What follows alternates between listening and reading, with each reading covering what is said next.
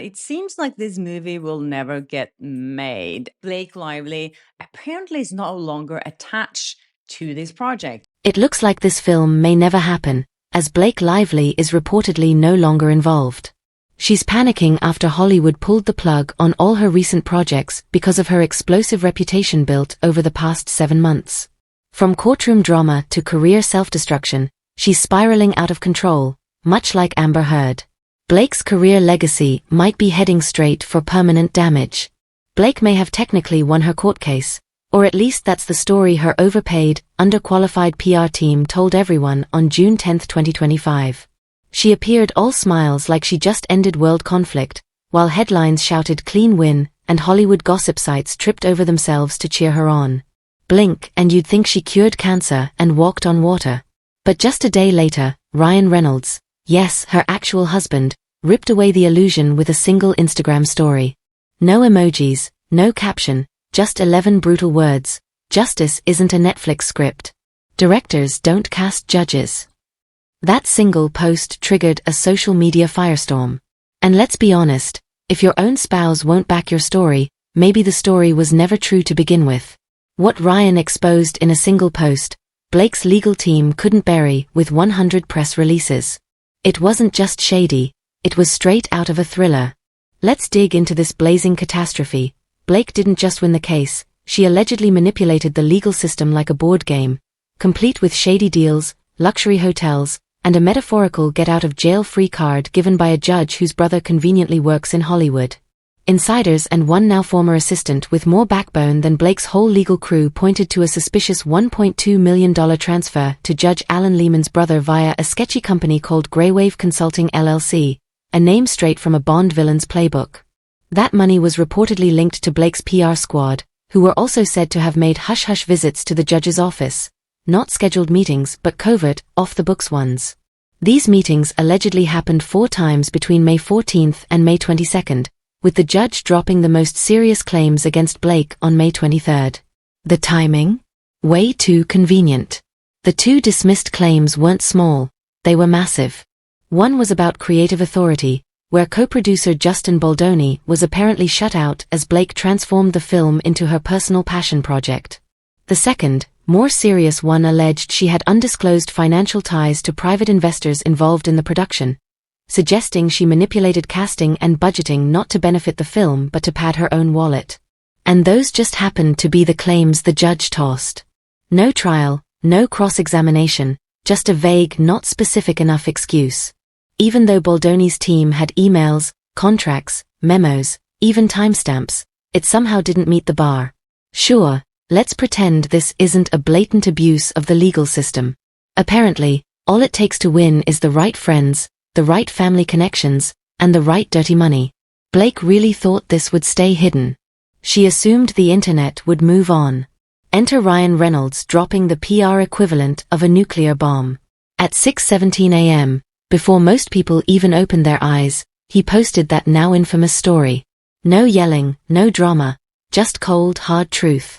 Those 11 words didn't just poke holes in the narrative, they obliterated it. And how did Blake handle it?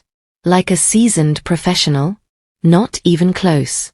According to sources, she completely lost it during an 8:43 a.m. crisis call, shouting and accusing Ryan of ruining everything. She said he didn't understand what was at stake. Her career, her freedom, maybe that fake producer title.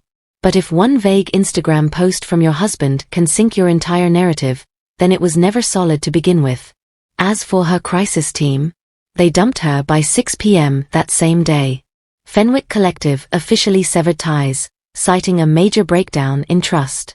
She didn't tell them about the $1.2 million payment, the unrecorded courthouse visits. None of it. They based their entire strategy on ethics and fairness, only to learn she'd been living out a real-life political thriller. Just 24 hours took her public victory, and turned it into a full-blown scandal. Her courtroom high became a PR nightmare. And honestly, she brought it on herself. Not the press, not the internet. It was her arrogance, her self-importance, and her belief that a pretty smile could twist reality.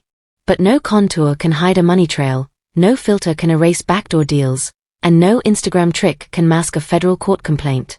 Blake thought she was untouchable, that she could control the script, the narrative, even the justice system, just like she allegedly tried to control Baldoni's movie. But justice, unlike streaming shows, can't be directed. And the reviews for this real-life drama? Rotten Tomatoes wouldn't even give it a rating. And if all this seems too extreme to be true, just remember the facts. $1.2 million transferred to a judge's sibling, 4 secret meetings in 10 days, and 2 major claims dismissed without a fight. Critical accusations dismissed with a flick of the judge's pen, a PR agency that bailed faster than a movie star from a box office failure, and Ryan Reynolds stepping out of character just once to reveal the truth. Blake Lively didn't just metaphorically take over a film, she literally hijacked one already 5 years in development, trying to morph it into her personal Pinterest board of cutesy and cringy creative choices.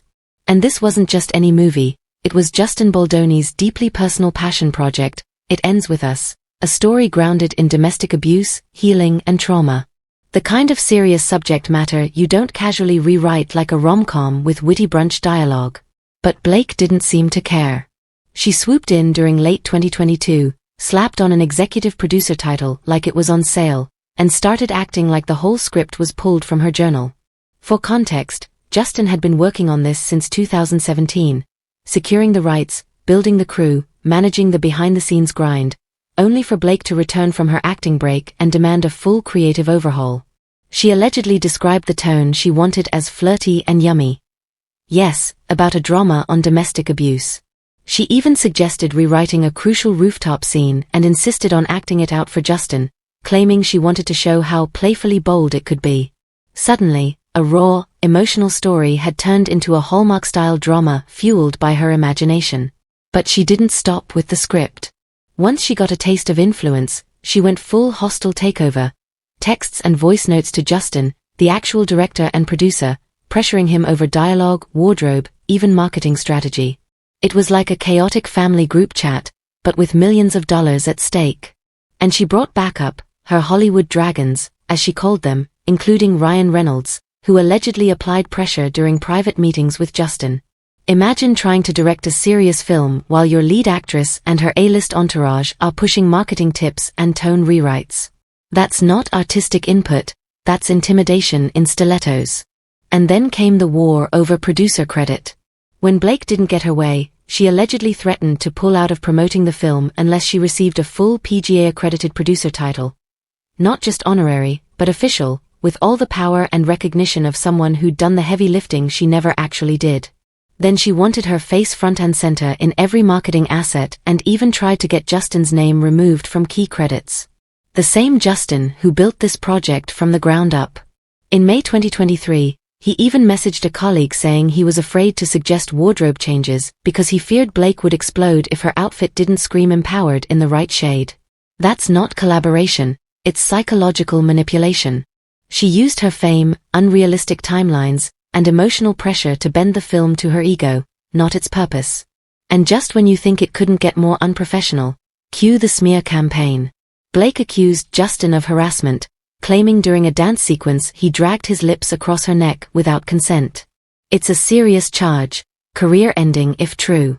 But Justin countered with full, unedited footage, 17 minutes of clean, professional work with no misconduct in sight. Crew members didn't just whisper, they outright voiced concerns over Blake's erratic and vindictive behavior. Her allegation collapsed immediately, and worse, it revealed a pattern. When she couldn't win creatively, she weaponized false claims.